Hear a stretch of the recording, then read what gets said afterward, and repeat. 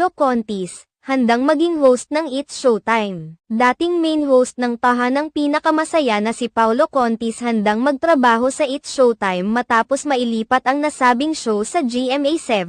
Sa kamakailang panayam kay Paulo Contis nitong Lunes March 25, 2024, na itanong sa kanya ang posibilidad na makasama sa noontime show na It's Showtime. Kaagad naman itong sinagot ni Paulo Contis, na bukas siya at wala naman umanong problema sa kanya kung makakasama siya noontime show na It's Showtime. Inilahad pa ni Paulo Contis na kaibigan naman niya ang ilang sa mga host ng It's Showtime lalo na ang singer na si OG Alcacid na ilang taon din niyang nakasama sa Bubble Gang. Ayon kay Paulo Contis, work is work kaya naman handa niyang tanggapin ang mga trabahong ibibigay para sa kanya. Ipinahayag rin ni Paulo Contis ang kanyang kasiyahan para sa It's Showtime na nagkaroon ng panibagong tahanan sa Kapuso Network.